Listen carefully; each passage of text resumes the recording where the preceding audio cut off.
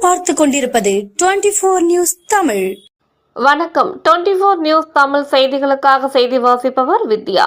கள்ளக்குறிச்சி மந்தைவெளி அண்ணா திடலில் பேரறிஞர் அண்ணாவின் 117வது பிறந்தநாள் விழா பொதுக்கூட்டம் மாவட்ட செயலாளர் குமரகுரு தலைமையில் நடைபெற்றது. நகர செயலாளர் பாபு வரவேற்புரை நிகழ்த்தினார்.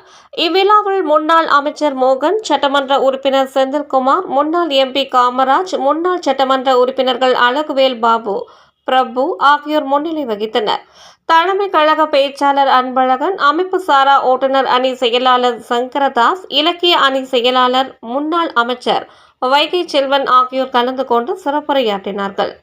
அப்போது 2026 சட்டமன்ற தேர்தலில் அனைத்திந்திய அண்ணா திராவிட முன்னேற்ற கழகம் தனி பெரும்பான்மையுடன் வெற்றி பெற்று ஆட்சி அமைக்கும் செயின்ட் ஜார்ஜ் கோட்டையில் அண்ணா திமுக கொடிபறக்கும் என்று கூறினார்.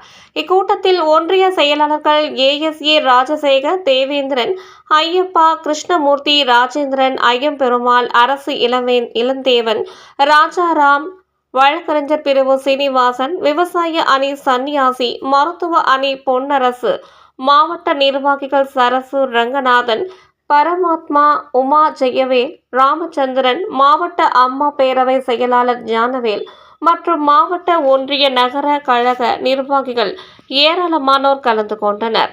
24 நியூஸ் தமிழ் செய்திகளுக்காக கள்ளக்குறிச்சி மாவட்ட செய்தியாளர் KS பெரியசாமி.